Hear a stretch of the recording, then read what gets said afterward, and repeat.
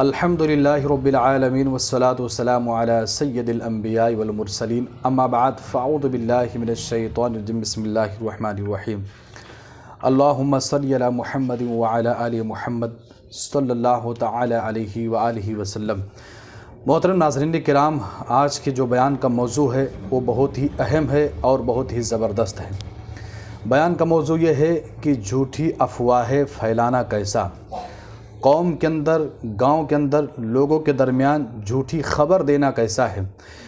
دیکھیے محترم ناظرین کرام، آج ہمارے اندر ایک بیماری بہت تیزی کے ساتھ پھیل چکی ہے کہ ہم کسی بھی بات کی تحقیق نہیں کرتے ہیں، چاہے واٹس ایپ کے اندر ہو، چاہے سوشل میڈیا کے اندر ہو، چاہے فیس بک کے اندر ہو، جہاں پاتے ہیں بغیر کچھ سوچے ہوئے اس خبر کو ہم دوسرے کو پہنچا دیتے ہیں، اس طریقے سے افواہیں عام کر دیتے ہیں۔ اس کے بارے میں شریعت کیا کہتی ہے، قرآن پاک کیا کہتا ہے، اسی کے موضوع پر انشاءاللہ میں آپ کو بہت ہی اہم چیزیں بتانے والا ہوں۔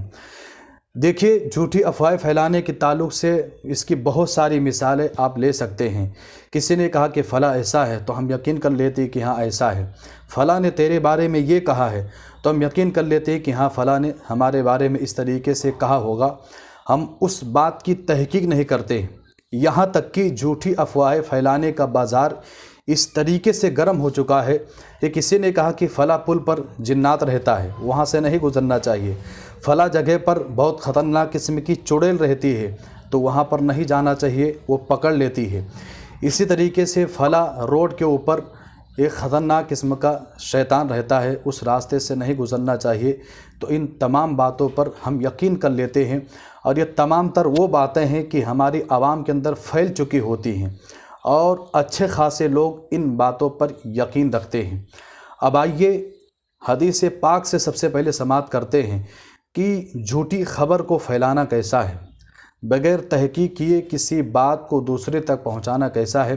اس کے بارے میں اللہ کے رسول علیہ السلام نے کیا ارشاد فرمایا ہے، آئیے سماعت کرتے ہیں۔ اللہ کے رسول صلی اللہ تعالیٰ علیہ وآلہ وسلم اپنا ایک خواب بیان فرماتے ہوئے ارشاد فرماتے ہیں کہ خواب میں ایک شخص میرے پاس آیا اور بولا کہ چلیے، میں اس کے ساتھ چل دیا۔ میں نے دو آدمی دیکھے، ان میں ایک کھڑا اور دوسرا بیٹھا ہوا تھا۔ کھڑے ہوئے شخص کے ہاتھ میں لوہے کا زنبور تھا۔ زنبور لوہے کا سلاخ ہوتا ہے، اس کے اوپر کا سرا مڑا ہوا ہوتا ہے، یہ ایک طریقے کا اسلحہ ہوتا ہے۔ تو اس شخص کے ہاتھ میں جو کھڑا تھا اس کے ہاتھ میں لوہے کا زنبور تھا، جسے وہ بیٹھے شخص کے ایک جبڑے میں ڈال کر گدی تک جبڑا چیر دیتا، پھر زنبور نکال کر دوسرے جبڑے میں ڈال کر چیرتا۔ اتنے میں پہلے والا جبڑا اپنی اصلی حالت میں لوٹ آتا، یعنی کہ صحیح ہو جاتا۔ میرے آقا صلی اللہ تعالیٰ علیہ وآلہ وسلم نے لانے والے شخص سے پوچھا، یہ کیا ہے؟ اس نے کہا، یہ جھوٹا شخص ہے اور اسے قیامت تک قبر میں یہی عذاب دیا جاتا رہے گا۔ محترم ناظرین، آپ نے سنا کہ جھوٹ بولنے کی کتنی خطرناک سزا ہے۔ کہ بخاری شریف کی روایت میں ہے کہ یہ جھوٹا شخص ہے جو جھوٹی خبریں دیتا تھا اور لوگ اسے لے اڑتے تھے، یہاں تک کہ وہ جھوٹ ساری دنیا میں پھیل جاتا تھا، اور اس کے ساتھ قیامت تک یوں ہی ہوتا رہے گا۔ یعنی جھوٹی افواہیں اڑانے والے کو یہ سزا قیامت تک ملتی رہے گی۔ آپ نے یہاں پر حدیث پاک سنی کہ جھوٹ خبر پھیلانا، بغیر تحقیق کے کسی بات کی کسی کو خبر دے دینا، اس کی سزا کیا ہے؟ زنبور سے ایسے انسان کے جبڑے کو گدی تک چیر دیا جائے گا، اور یہاں تک کہ اس طریقے سے یہ عذاب ایسے شخص کو قیامت تک ملتا رہے گا۔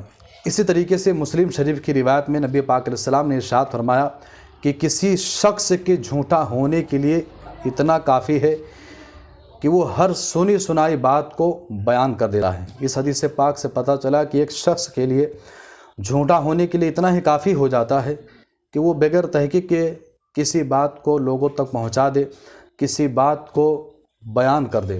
اب آئیے یہاں پر آپ کے سامنے قرآن پاک کی ایک آیت اور پیش کرتا ہوں۔ پارہ نمبر 26 سورہ الحجرات کی آیت نمبر 6 کو آپ کے سامنے پیش کرتا ہوں۔ اللہ تبارک و تعالیٰ ارشاد فرماتا ہے، اعوذ باللہ من الشیطان الرجیم بسم اللہ الرحمن الرحیم، یا ایھا الذین آمنوا ان جاءکم فاسق بنبأ فتبینوا ان تصیبوا قوما بجہالۃ فتصبحوا علی ما فعلتم نادمین۔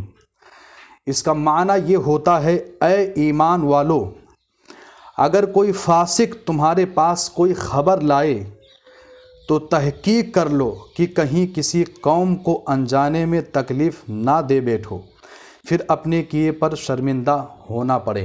محترم ناظرین کرام، ہمیں غور کرنا چاہیے کہ جب کوئی کسی بات کی ہم کو خبر دے تو اس پر تحقیق کرنا چاہیے۔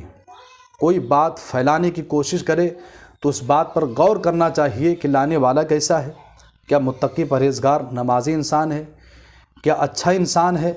تو ہر کسی کی خبر پر یقین نہیں کرنا چاہیے، اور ہوتا بھی اس طریقے سے ہے کہ چاہے بھائی بھائی کے بارے میں، چاہے بیٹا باپ کے بارے میں، یا رشتہ دار والوں کے بارے میں جب کوئی ہمیں جھوٹی خبر دیتا ہے تو ہم یقین کر لیتے ہیں۔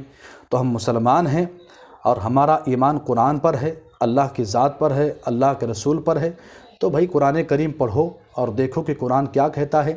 اللہ نے ہمیں ہر خبر پر یقین کرنے سے منع فرمایا ہے، اور جب کوئی فاسق انسان خبر لائے تو اس کی بات پر تو بالکل یقین نہیں کرنا چاہیے۔ تو قرآن پاک کی اس آیت سے، اور جو میں نے آپ کے سامنے حدیث پاک بیان کی، ان تمام احادیث سے یہ پتہ چلا کہ افواہوں پر یقین کرنا جائز نہیں ہے، ان پر یقین نہیں کرنا چاہیے جب تک اس بات کی مکمل تحقیق نہ ہو جائے۔ السلام علیکم ورحمۃ اللہ وبرکاتہ۔